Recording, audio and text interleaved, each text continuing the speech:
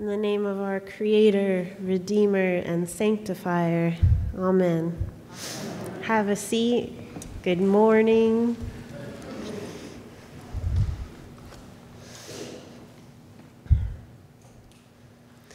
Moses said, "The Lord your God will raise up for you a prophet like me from among your own people. You shall heed such a prophet." It's so uncomfortable to be reminded that this is how prophets appear, from among our own people. The checkout clerk at QFC, the kid who sleeps rough in the doorway of American Apparel, your least favorite cousin, you. When we hear scriptures like today's lesson from Deuteronomy, we can sort of picture Moses scanning the assembled crowd while everyone avoids making eye contact with him, muttering, "Please not me, don't pick me, don't pick me." Everybody loves a prophet until we remember that prophecy is a responsibility we share, like taking out the trash and cleaning out that slimy stuff in the drain of the kitchen sink. Sometimes it's my job, sometimes it's your job. Prophet has become a kind of hip and marketable word in some corners of the church and the world these days, despite the fact that the biblical prophets are the least marketable people imaginable. The core of our faith, the reason we prophesy, is always material. It does not make us less spiritual, but it does make us decidedly less marketable. Freezing bodies and empty bellies are the deepest kind of spiritual crisis in any society. And all of today's readings are grounded in the flesh and blood concerns of our faith. The promised prophet in Deuteronomy is pledged to a people with sore, blistered, calloused feet from decades of roaming the wilderness. Psalm 111 tells us, "The Lord is gracious and full of compassion because he gives food to those who fear him." Even for all of Paul's rhetorical gymnastics in this letter to the church at Corinth, he still has to confront the messy human need for food. And Jesus offers up some unspecified, compelling teaching in the synagogue at Capernaum, but ultimately his authority among the people is earned when they watch him heal a man's convulsing body. Apparently, Jesus' words before that were less important than the bodies and the actions in the room. This is an important thing for prophets like us to keep in mind.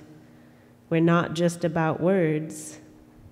We're about bodies, and we're about that action. Boss. We prophets of the material world are living in a kairos moment. In this city, in this nation, across the globe. Kairos time is unordinary time, or extraordinary time, depending on how you look at it. Kairos moments are those ones you have when time suddenly seems to stop and open up. And Kairos moments in history are those ones when certain systems, certain structures, certain evils,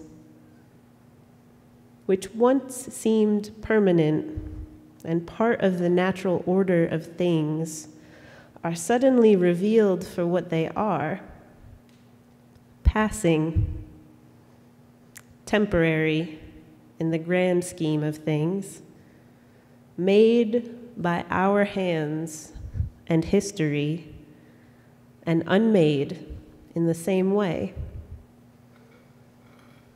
At their most powerful, Kairos moments are moments when vast numbers of ordinary people wake up and seize their own prophetic power. St. Frederick Douglass, the abolitionist, wrote these words in 1845, on the verge of another Kairos moment in the United States. He says, "I love the pure, peaceable, and impartial Christianity of Christ. I therefore hate the corrupt, slave-holding, women-whipping, cradle-plundering, partial and hypocritical Christianity of this land. Indeed, I can see no reason but the most deceitful one for calling the religion of this land Christianity. I look upon it as the climax of all misnomers, the boldest of all frauds, and the grossest of all libels. Never was there a clearer case of stealing the livery of the court of heaven to serve the devil in." He goes on, "I am filled with unutterable loathing when I contemplate the religious pomp and show, together with the horrible inconsistencies which everywhere surround me. We have men stealers for ministers, women whippers for missionaries, and cradle plunderers for church members. The man who wields the blood-clotted cowskin during the week fills the pulpit on Sunday and claims to be a minister of the meek and lowly Jesus. The slave auctioneer's bell and the church-going bell chime in with each other, and the bitter cries of the heartbroken slave are drowned in the religious shouts of his pious master. Revivals of religion and revivals in the slave trade go hand in hand together. The slave prison and the church stand near each other. The clanking of fetters and the rattling of chains in the prison, and the pious psalm and the solemn prayer in the church may be heard at the same time. The dealers in the bodies and souls of men erect their stand in the presence of the pulpit, and they mutually help each other. The dealer gives his blood-stained gold to support the pulpit, and the pulpit, in return, covers his infernal business with the garb of Christianity. Here, we have religion and robbery, the allies of each other.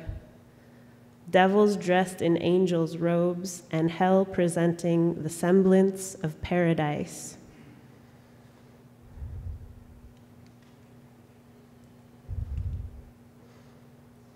As much as this present Kairos moment in the human story belongs to us, contemporary prophets, it also belongs to Frederick Douglass.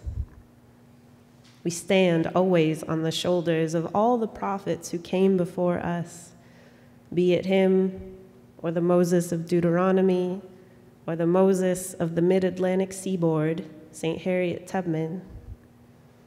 We are indebted to these abolitionist prophets, and Kairos moments are the best times to break even on repaying those debts.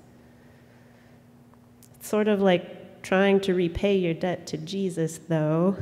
You don't pay with monthly installments as much as you pay by pledging your life and then following, by doing what they did, by speaking, by teaching, by walking, by running. They weren't rich people or great television personalities. They were poor and often illiterate, sometimes disabled, all of them traumatized.